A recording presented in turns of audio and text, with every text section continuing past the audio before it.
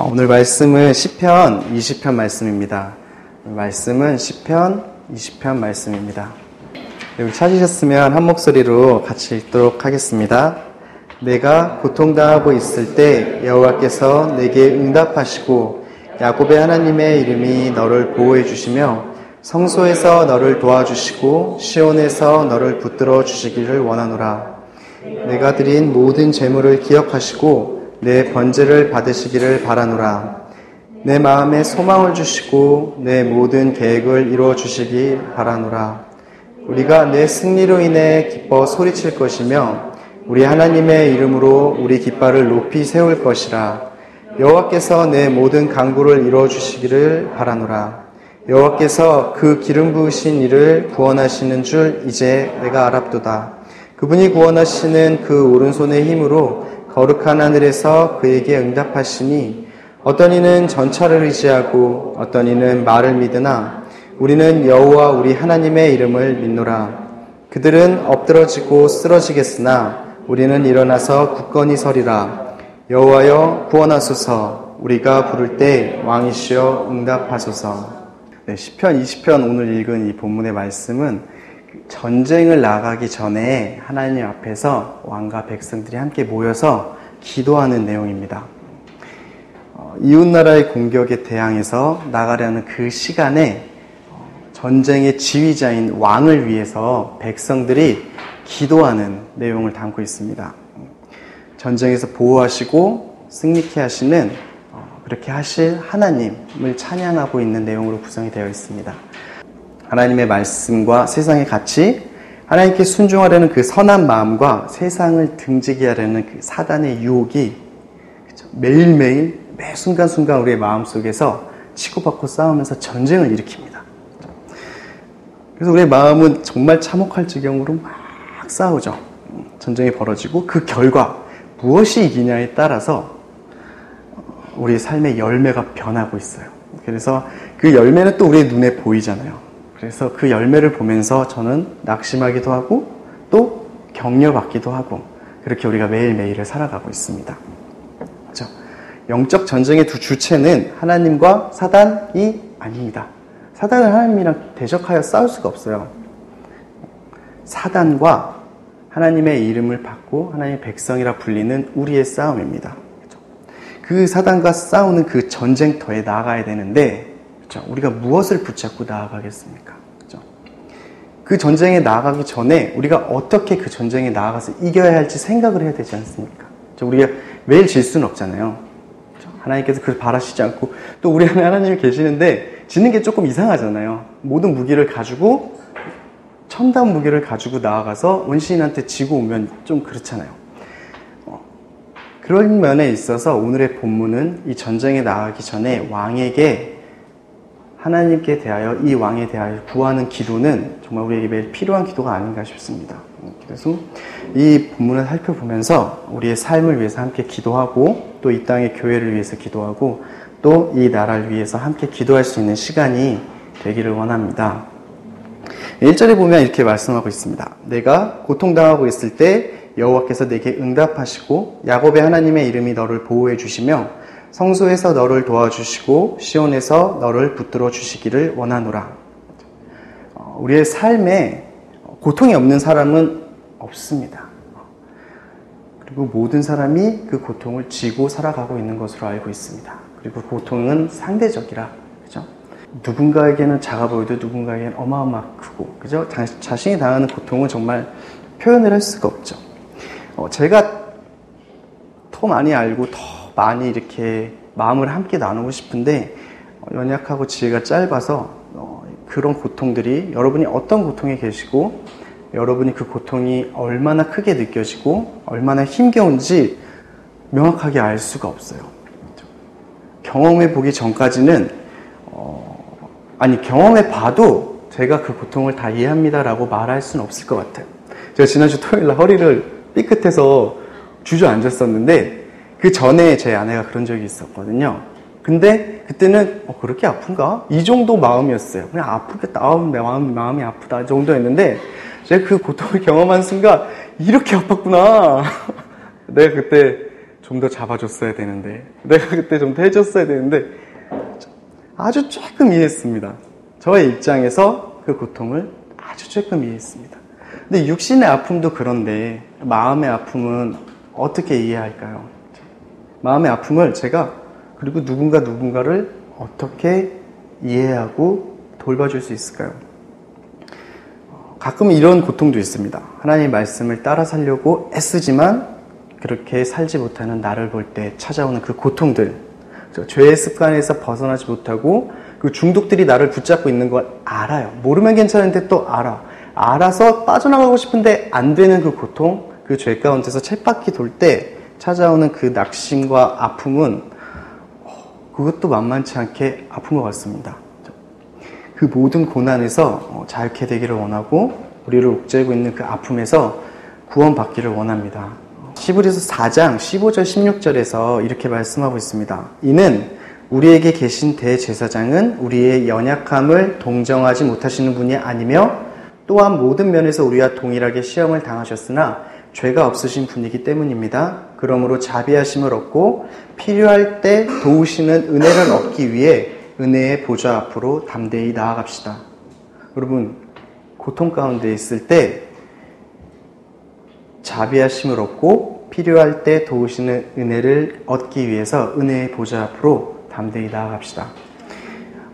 그 모든 고통 가운데 함께 계시고 그 고통을 같이 경험하고 계시는 예수 그리스도를 힘입어서 우리가 하나님 앞으로 나아갑시다. 우리가 구원받고 싶은데, 우리가 그것으로부터 벗어나고 싶은데 어디로 가야 구원을 얻을 수 있을까요? 어떤 종류의 고통이든 유일한 구원은 딱 하나밖에 없습니다. 오직 그리스도한테만 있습니다. 늪에 빠지면 외부에서 도와주지 않으면 절대 빠져나올 수가 없어요. 늪에 바닥이 없잖아요. 허우적대면 허우적대일수록 더 깊이 가라앉습니다.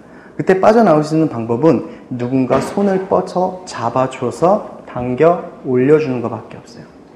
우리가 빠진 그 늪은, 그 죄의 늪은, 우리의 고통의 늪은 우리가 스스로 빠져나올 수가 없습니다. 애석하게도 아무리 애쓰고 발버둥 쳐봐도 점점 들어가는 수밖에 없습니다. 근데 그 손이 우리를 빠져나가게, 우리를 붙잡고 들어 올리시는 손이 바로 하나님이시고 예수님이십니다. 우리가 그렇게 하나님께 구원을 요청할 때 하나님이 응답하십니다. 여호와께서 내가 고통당하고 있을 때 내게 응답하시고, 하나님께서 응답하시기 위해서 우리가 주님께 좀 구하고 나아가야 될 필요가 있을 것 같습니다. 본문에 나오는 그 응답하다라는 단어는 구원과 관련이 있는 단어입니다. 구원을, 생명을 구해주실 것을 요청할 때 응답하신다라는 의미를 가지고 있습니다.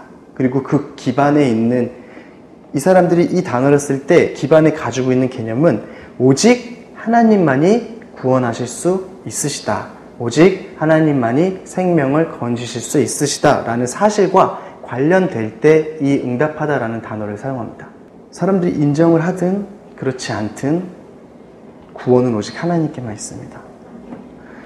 그리고 우리의 요청에 아버지 되신 하나님께서 친히 응답하실 거예요. 이 응답하다라는 단어는 의무가 아닙니다. 우리가 요청하면 무조건 그래 알겠어 내가 해야만 해 하고 오시는 것이 아니라 친히 아버지 되시기 때문에 그 마음으로 우리가 부를 때 그 앞에 요청하신 그 부름에 응답하십니다. 아버지께서 그렇게 하시기로 결정하셨습니다. 그렇죠? 응답하시고 아버지의 이름이 우리를 보호하실 것입니다. 이 보호하다는 단어도 되게 재미있는데, 여러분 그 보호해 준다는 단어가 그 모든 두려움 가운데 이렇게 그게 보이고 힘들지만 이렇게 딱 버틸 수 있게 하고 고통 가운데 견딜 수 있게 하다라는 의미를 뛰어넘고 있습니다.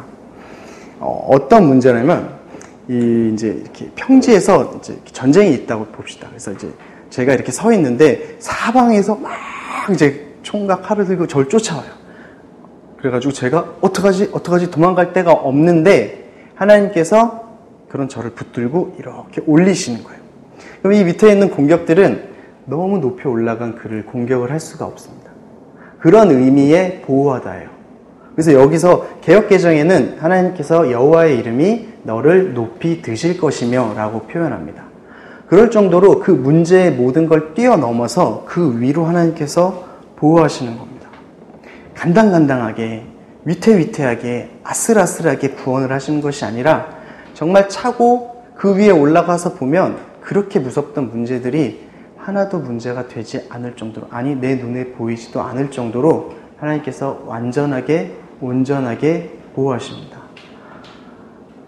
너무나 감사한 게 그렇게 위에 올라가면 다른 건 보이지 않고 나 그 무섭던 문제는 보이지 않고 하나님의 손이, 하나님의 영광이, 하나님의 임재가 오직 하나님만 우리의 시선 안에 들어오게 될 거예요. 또 그때 우리에게 가장 평안한 안정감이, 평안함이 있을 것입니다. 네. 성소에서 너를 도와주시고 시온에서 너를 붙들어 주시길 원하노라 라고 또 기도하고 있습니다. 성소와 시온은 무엇일까요? 하나님께서 거하시는 곳을 말합니다. 시온은 그 예루살렘의 한 부분인데 다윗이 장막을 펼치고 하나님의 궤를 모시고 예배를 하던 곳이 있었어요. 그리고 이후에 그곳은 성전이 서게 됩니다. 그래서 하나님이 계시는 곳, 성소는 성전 안에 하나님께서 계신다고 생각하는, 하나님께서 내가 그곳에 있겠다고 말씀하신 곳을 말해요. 그런 시온과 성소와 시온은 하나님께서 계신 곳이라는 것이에요. 근데 성소와 시온은 예수님 오신 뒤에 어디에서 거하십니까? 하나님께서 예수님 오신 뒤에 어디에 거하십니까? 우리 사경회 때 많이 나눴던 이야기입니다. 고린도전서 3장 16절에 사도 바울이 이렇게 이야기합니다. 여러분은 자신이 성전인 것과 하나님의 성령께서 여러분 안에 계시는 것을 알지 못합니까? 하나님께서 우리 안에 계십니다. 우리가 성전이고 우리 안에 하나님께서 사시는 거예요. 우리가 주님 앞에서 너무 힘들고 고통스러워서 주님을 구할 때 주님이 멀찌감치 있다가 그래! 뿅 하고 나타나시는 게 아니라 여러분 주님은 이 안에서 같이 계십니다. 그리고 우리가 겪는 그 모든 감정의 소용돌이, 우리가 견딜 수 없을 것 같은 그 고난, 아픔, 그 모든 것을 함께 나누고 계십니다. 어쩌면 우리가 그리스도인으로 이렇게 살면서 버틸 수 있는 이유는 그 고통을 온전히 나 혼자 받지 않고 나는 모르지만 우리 안에서 함께 받으시는 그분이 계시기 때문에 우리는 이성으로 알지 못해도 그 영들이 그나마 버티고 살 수 있는 게 아닌가 그런 생각이 듭니다. 항상 함께 계시고 항상 붙드십니다. 내가 인정하든 인지하든 모르든 그것을 부정하든 여러분이 하나님의 자녀로 받아들여지고 예수 그리스도께서 우리 안에 계실 때부터 하나님께서는 그것에 함께 하시고 붙들고 계십니다. 이 붙들어 주신다는 말은 떠받들고 지탱해 준다는 말입니다. 흔들릴 때 기반이 되시고 흔들리지 않게 하신다는 거예요. 우리가 흔들릴 때 때로는 우리의 삶이 막 요동하고 이래서 무너져 버릴 것만 같을 때 우리를 지탱하는 모든 기반이 무너져 버릴 것 같을 때가 있습니다. 때로는 너무 혼란스러워서 삶 자체가 휘청휘청하면서 정돈도 안 되고 힘들 때가 있어요. 마음이. 여러분 우리의 기반이 어디에 있습니까? 내 마음의 기반이 어디에 있습니까? 우리 찬양 마치면서 같이 기도했을 때 주님 앞에 고백하셨을 때 어떠셨습니까? 한번 우리 생각을 해봅시다. 내 마음의 기반이 어디에 있을까? 나의 마음의 안정감이 무엇으로부터 나올까? 어디에 기반을 두느냐에 따라서 우리의 삶이 너무나 달라지는 것은 우리가 분명히 알고 있습니다. 그렇죠?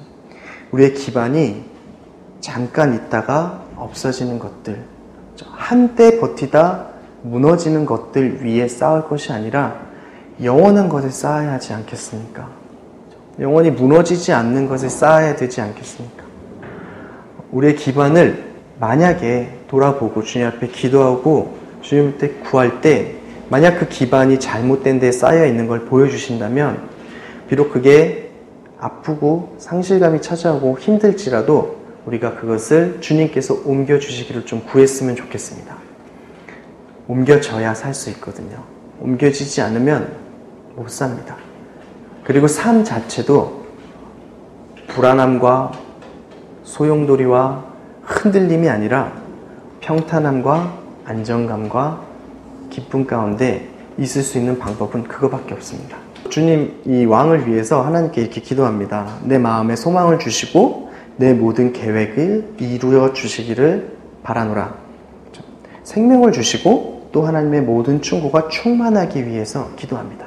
이 구절이 조금 의역이 많이 되어 있는데 직역하면 내 마음을 두시고 모든 충고가 충만하기를 이렇게 써 있는 것 같습니다. 다시 말하면 단어가 네 개예요. 너의 마음을 두시고 그리고 모든 충고가 충만하기를. 마음은 속사람, 생명이라는 말로 성경에서 많이 사용됩니다. 그래서 우리의 마음을 지키시고 생명을 주시고 그 마음이 그 자리에 있을 수 있도록 두어주시기를, 붙잡아 주시기를 기도하는 것입니다. 또 우리의 모든 계획을 이루시는 것은 우리의 뜻과 지혜가 아니라 하나님의 지혜와 하나님의 의지에 달려 있습니다. 우리가 기도하는 모든 계획, 내가 기도하고 바라는 모든 걸 이루어주시는 것이 아니라 우리에게 하나님께서 모든 충고를 멈추지 않고 항상 하셔서 충만하게 그 충고가 우리 안에 충만하게 있기를 기도하는 내용입니다. 마음을 지키시고 우리의 삶에서 매 순간 하나님의 충고와 인도하심, 하나님의 말씀을 구하는 것을 우리가 잊어서는 안 됩니다. 잠언 16장 9절에 사람이 마음으로 자기 앞길을 계획한다 해도 그 걸음은 여호와께서 이끄신다 라고 말씀하십니다. 하나님의 인도하심이 없이 단 한순간이라도 살 수 있다고 생각하는 것은 교만이고 무지입니다. 너무나 안타깝게도 내가 그렇게 생각하지 않는데도 하나님 없이 살아가고 있다면 그 역시 같은 자리에 서 있는 것입니다. 여러분, 우리가 하나님을 의지하고 하나님의 인도하심 없이는 살 수 없습니다 라는 고백과 우리의 삶이 얼마나 일치되는지 한번 돌아봅시다. 그리고 우리가 그것을 점점 더 많이 채워나가기를 기도합니다. 아침에 일어나서 주님 앞에 그렇게 기도하기를 바라요. 주님, 오늘 하루도 충만하게 인도하시고. 근데 일어나면 자꾸 목이 너무 말라요. 자꾸 알람이 울려요. 막 이러다 보면 막 자꾸 잊어먹기도 하고. 또 어찌나 그렇게 세상은 바쁘게 돌아가는지 집 밖에 나오면은 막 우두두두두 다니느라고 생각할 시간이 없습니다. 그리고 우리 손에 있는 것도 너무 좋아요. 이렇게 너무 할 게 많아요. 이렇게 이것만 해도 막 3-4시간이 이렇게 걸려요. 그럴 정도로 우리를 자꾸 우리의 마음을 빼앗고 하는데 우리가 그 모든 것에 마음을 빼앗기기 전에 시간을 정하여서 하나님의 인도와 그 하루 가운데 어떠한 일을 하실지를 우리가 기도하며 나아가면 그 하루가 굉장히 기대가 될 것 같습니다.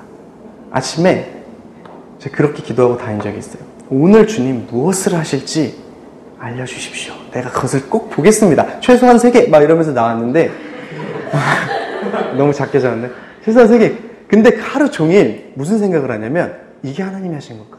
저게 하나님이 하신 건가? 누군가 뭘 다가와서 얘기하면 이게 하나님의 말씀인가 아닌가? 계속 집중 자체가 달라져요. 그리고 그 안에서 발견합니다. 정말 하나님께서 도우시고 하나님께서 붙드시는 것들을. 그거 하나 볼 때 그렇게 기쁠 수가 없어요. 아, 나도 되는구나. 막 이런 생각하면서. 그런 것들이 아침에 우리가 어떻게 주님 앞에 움직이냐에 따라서 상당히 많이 달라지는 것 같습니다. 그냥 일상적인 생활도 이럴진데, 그쵸? 우리의 힘듦이나 우리의 아픔이나 우리의 삶, 그 전체를 통틀어서 하나님의 인도하심을 구하지 않는다면 너무 힘들 거예요. 그쵸? 이 땅에 이루어지는 모든 일들은 하나님의 뜻을 거슬러서 일어나는 일이 없습니다. 이 땅에서 일어나는 모든 일은 하나님의 뜻을 벗어나지 않습니다. 그렇기 때문에 그분을 의지하고 그분께 구해야 됩니다. 문제가 있을 때 해결할 수 있는 사람을 찾아가야 되잖아요. 그럴 능력이 없는 사람한테 가서 아무리 외치고 해봐야 아무 소용이 없잖아요. 그걸 해결할 수 있는 분은 딱 한 분밖에 없으시죠. 하나님. 우리 안에 계신 그 예수님밖에 없습니다. 그 모든 것을 주관하시는 분의 인도를 우리가 기다리고 따라갑시다. 그것이 어떤 고난이나 아픔이 우리의 죄로 인한 것일 수도 있고 그렇지 않은 것일 수도 있지만 분명한 것은 우리가 눈으로 보는 것으로 알 수 없어도 우리의 머리로 이해할 수 없어도 하나님께서 그 시간이 지나고 그 길을 통해서 반드시 선하게 인도하시라는 것은 분명합니다. 선하신 하나님께서 모든 것을 합력해서 선을 이루시는 것도 분명합니다. 그리고 하나님께서 우리에게 나쁘게 하시는 일도 절대 하지 않으시라는 것도 확신합니다. 그러니 우리가 더 그분을 붙잡고 의지했으면 좋겠습니다. 우리 5절 같이 한번 읽어볼까요? 우리가 내 승리로 인해 기뻐 소리칠 것이며 우리 하나님의 이름으로 우리 깃발을 높이 세울 것이라. 여호와께서 내 모든 간구를 이루어 주시기를 바라노라. 너의 승리로 인해 기뻐 소리칠 것이다 라고 선포합니다. 이전까지는 여호와께 좀 구하고 요청하는 기도였는데 5절을 기점으로 약간 분위기가 바뀌기 시작합니다. 6절부터는 완전하게 하나님의 이루실 일을 확신하면서 선포하고 있습니다. 시편 20편은 전쟁에 나가기 전에 하는 기도라고 우리 아까 이야기했잖아요. 근데 여기서는 이미 승리를 선포하고 기뻐할 거라는 거 확정하고 있습니다. 구원하시는 하나님에 대해서 선포하고 있습니다. 그리고 난 기뻐할 거라고, 우리는 기뻐할 거라고. 왜? 너가 승리할 것이기 때문에 기뻐할 거라고 얘기합니다. 우리가 여기서 집중할 건 그 선포의 내용이 아니라 이 고백을 하고 있는, 이 기도를 하고 있는 그 시편 기자의 마음입니다. 이 시편 기자가 단순히 우리 왕이 나가서 이겼으면 좋겠다. 그래, 마음의 확신은 사람의 의지를 바꾸지 막 이러면서 소망하는 마음으로 이겼으면 좋겠습니다. 이길 것입니다. 하는 것일까요? 단순한 소망이자 소원의 차원으로 그랬으면 좋겠다라는 마음의 표현일까요? 어떤 글을 읽었는데 이런 내용이었습니다. 한 사람이 있었는데 협박 편지를 받았어요. 근데 그 협박 편지를 읽더니 누구에게 오신 것을 확인하더니 그 협박 편지에서 시키는 대로 따르기 시작합니다. 근데 그 옆에 있던 사람이 너무 이해가 안 돼서 너 왜 그런 편지를 믿고 그런 편지가 하는 말을 따라하냐? 시키는 대로 왜 하는 거야? 라고 이야기를 했습니다. 그랬더니 그 협박 편지를 받은 사람이 이렇게 이야기를 합니다. 편지를 쓴 사람은, 그 편지를 나에게 보낸 그 사람은 그 편지에 쓰인 내용을 실천할 수 있는, 실행으로 옮길 수 있는 능력이 있다. 그걸 실행할 수 있는 사람이 쓴 말은 이미 일어난 일과 다르지 않다. 라고 이야기를 합니다. 하나님께서 우리에게 편지를 써주셨는데 우리에게 편지를 써주신 그분은 우리와 함께 계시고 그 편지의 내용을 이루실 능력이 있으시고 그 편지의 내용을 성취하실 수 있는 의지가 있으십니다. 성취하실 의지가 있으십니다. 그러면 그 편지의 내용은 진실이 되는 거예요. 이 성경에서 말씀하시는 이 내용들은 주님께서 우리에게 보내신 하나님의 약속의 말씀입니다. 그리고 주님께서는 그 말씀을 성취할 의지가 있으시고 성취하실 능력도 있으십니다. 그러면 이 편지의 내용은 이제 진실이 되는 겁니다. 일어나기 전이나 후 그런 시간적인 문제를 떠나서 선포하신 분이 누구인지 또 선포된 말씀이 무엇인지가 우리에겐 더 중요합니다. 실제로 이 시편과 시편 20편과 21편은 같이 보아야 합니다. 그래서 20편에서 나가기 전에 기도하고 21편은 나갔다 와서 하는 기도의 내용이에요. 하나님의 말씀대로 21편에 나갔더니 승리를 주셨습니다. 라고 선포하는 내용이 21편입니다. 시편 기자는 이미 하나님께서 함께 하시고 승리와 구원을 주실 것임을 알고 있었습니다. 그대로 이루실 것을 믿고 있었습니다. 그리고 더 담대하게 이렇게 고백합니다. 시편 21편 9절만 제가 읽겠습니다.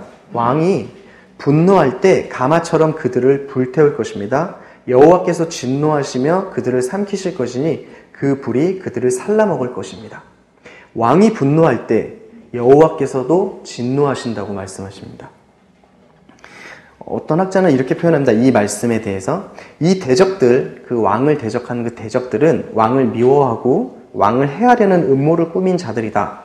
왕이 다윗 왕조의 이상에 따라 살 때 하나님은 왕에 대한 적대 행위를 자신의 목적에 대한 적대 행위, 즉 자신에 대한, 그러니까 하나님께 대한 적대 행위로 간주하신다라는 거예요. 그렇기 때문에 왕이 자신의 적에게 분노할 때 하나님께서 함께 진노하신다는 거예요. 그리고 살라버리신다고 하시는 거죠. 그리스도인들을 미워하고 해하고 음모를 꾸민 자들은 단순히 사람을 적대하는 것이 아닙니다.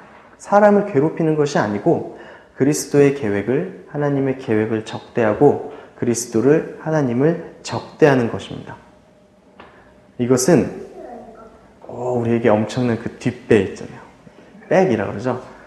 조심해라. 막 이런 의도로 하는 게 아니라 하나님께서 여러분이 어떠한 상황에 있든지 어떤 대적이 여러분에게 다가오든지 어떠한 일이 내 앞에 닥치든지 반드시 보호하실 것이라는 약속의 말씀입니다.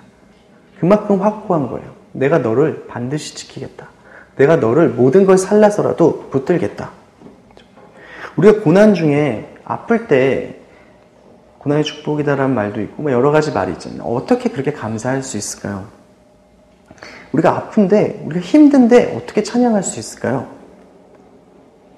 지금 하신 이 말씀 때문이에요. 아직 하시지 않은 일이지만 하신 일이기 때문이에요. 현재를 살면서 미래를 사는 것, 완성되지 않은 시대를 살면서 완성된 시대를 사는 것, 이 땅에서 살면서 하늘을 사는 것, 육신을 살면서 그리스도를 사는 것. 이것이 우리 그리스도인들한테는 가능합니다.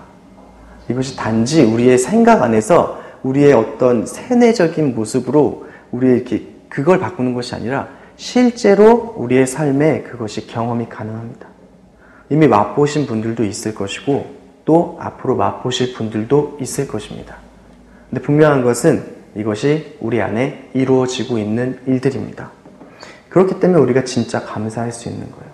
그렇기 때문에 우리가 결과는 변하지 않는 삶이지만 감사할 수 있는 거예요. 하나님께서 반드시 이루실 것이기 때문입니다. 믿음이라고 표현하잖아요. 그렇죠? 이 본문에서 말하는 그 믿음, 그렇죠? 어디서부터 나올까요? 우리의 믿음은 어디서부터 자라납니까? 물론 들음이죠. 말씀. 그렇죠? 7절에서 어떤 이는 전차를 의지하고 어떤 이는 말, 이 홀스, 그 다그닥다그닥 달리는 말이에요. 말을 믿으나 우리는 여호와 우리 하나님의 이름을 믿노라. 그렇죠? 여기서 믿는다는 단어가 나옵니다. 전차와 말은 병사와 군사를 의미합니다. 이 전쟁에 나가는 것이니까 어떤 사람은 자신이 가지고 있는 그 전차를 의지하고 어떤 사람은 자신이 가지고 있는 그 말의 수를 의지합니다. 그러나 우리는 여호와 하나님을 의지한다고 고백하는 겁니다. 여기서 믿음에 대해서 설명하고 있는데 이 믿다라는 단어는 기억하다라는 단어예요. 이 믿다라는 단어는 어떤 무슨 행위가 아니라 기억하다라는 단어입니다. 성경을 통해 믿음의 선조들의 결과를 기억하는 것, 우리 삶을 통해서 우리가 경험하고 우리의 삶에 역사하셨던 그 하나님, 우리를 승리케 하셨던 그 하나님을 기억하는 것, 바로 그 기억하는 것을 말합니다. 제가 그 예수전도단이라는 곳에 이렇게 몇 년 있었는데 거기는 이제 월급이 따로 없고 이렇게 표현하면 그렇지만 그렇죠? 따로 없고 이제 하나님께서 채우시는 것으로 우리가 먹고 우리는 하나님 일을 하겠다라고 하시는 이제 헌신하시는 간사님들이 서서 계십니다. 그래서 많은 분들의 이제 그 헌금과 이제 도움으로 사시는데 이제 하나님께서 이제 그 사람들을 통해서 이제 채워주시죠. 그래서 처음에 이제 그렇게 제가 살기로 결단하고 하는데 재정이 없으니까 밥을 못 먹잖아요. 그래서 밥을 못 먹고 고민할 때 기도를 했을 때 하나님께서 누군가를 통해서 먹을 것을 공급해 주셨습니다. 처음에는 되게 그냥 의아하기도 했고 아싸 아싸 됐다 함께 해결 막 이러면서 이제 그냥 정말 대수롭지 않게 지나갔어요. 우연인가? 뭐 우연일 수도 있겠다라는 생각도 했습니다. 근데 또 한 번 공격받았을 때는 좀 신기하기도 하고 기대가 되기 시작했습니다. 정말 하나님이 하시는 일인가? 그렇다면 또 있을 수도 있겠다. 이 더 이상 우연이라고 하면 이제 안 될 것 같은데, 막 이러면서 이제 또 공급받았을 때, 그렇게 그 횟수가 넘어가면서 제 안에 하나님의 도우시고 채우시는 그 기억이 각인이 되는 순간 그 재정에 대한 두려움이 넘어가지는 것을 느꼈어요. 물론 완전히 넘어가지는 않았습니다. 저도 약하기 때문에. 하나님의 도움의 그 손길이 온전하게 기억이 되었을 때 그것은 당연한 일이 되었고 제 안에, 그리고 저에게 먹을 것을 공급하신다, 저를 굶기시지 않으신다라는 하나님이 딱 이루어졌습니다.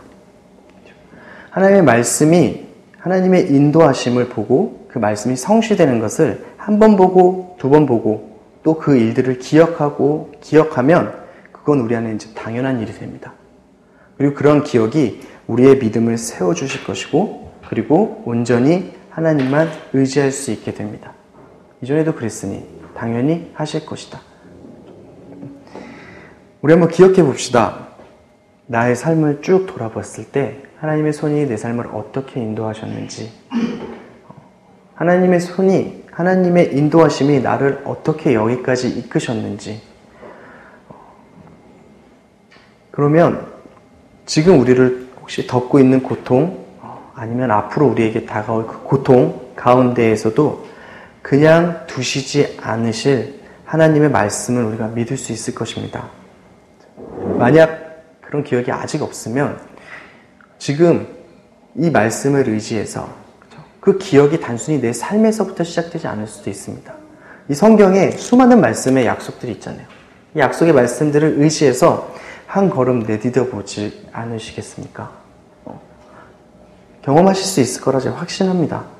우리에게 주신 이 말씀은, 기록된 이 내용은 소설이 아니고요, 허구가 아니고 살아계시고 그리고 이 모든 일을 행하신 그 하나님이 바로 우리의 아버지 하나님이십니다. 이 성경의 모든 인물에게 하신 그 하나님은 우리에게도 나에게도 하실 수 있어요. 그리고 실제로 그것을 경험하시고 사실 수 있습니다. 그리고 그렇게 사시는 분도 여기 분명히 있을 거라고 믿습니다. 우리가 여기까지 얘기하면 이제 하나님은 반드시 도우시고 또 반드시 우리를 붙잡아 주실 것입니다. 네.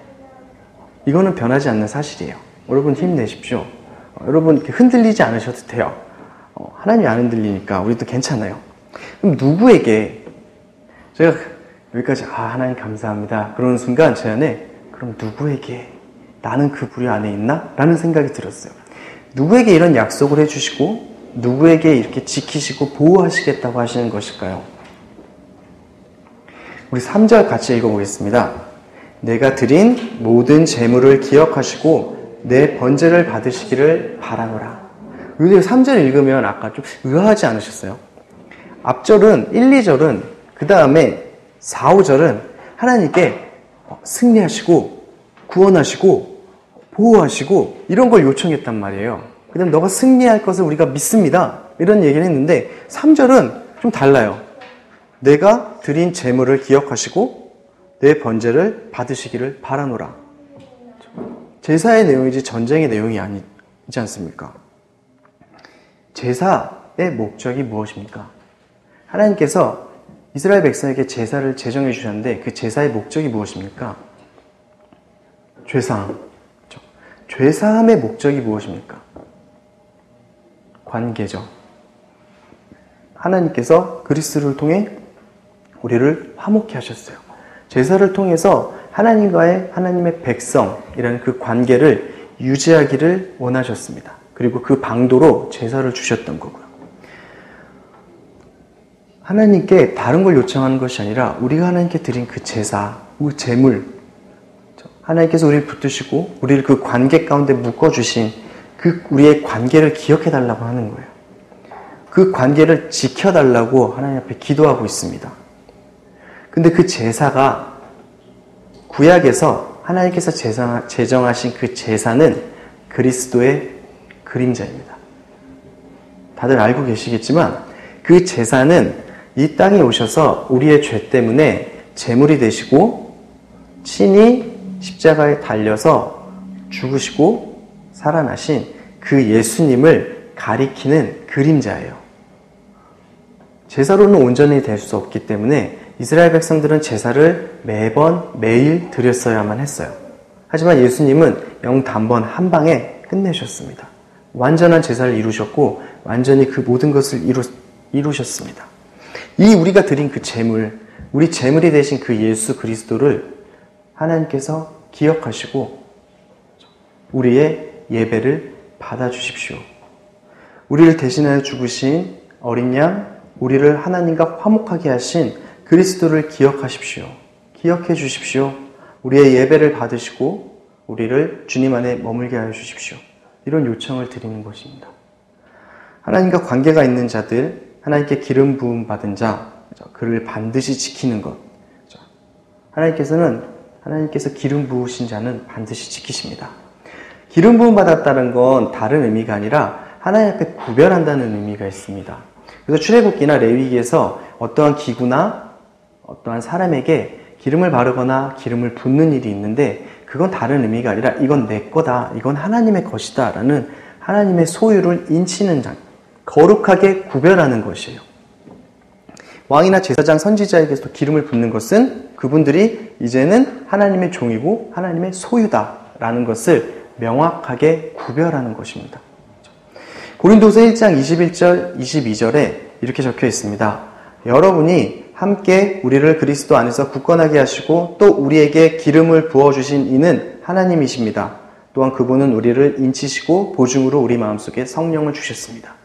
하나님께서 그리스도로 인해서 우리 안에 우리에게 기름을 부으셨습니다.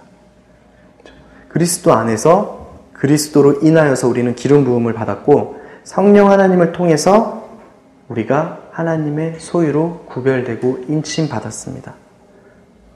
그렇기 때문에 이 말씀들이 우리의 말씀이 되는 거예요. 이 말씀들이 우리의 약속, 하나님의 약속이 우리의 기업이 될 수 있는 것입니다. 이 모든 기도의 기반이 다른 데 있지 않습니다. 그리스도 예수 안에 있습니다. 그리스도 예수가 아니라면 이 모든 기도는 우리와 관계가 없어집니다. 예수님을 제외하고 나서는 우리가 드리는 기도는 기도 자체가 성립될 수 없어요.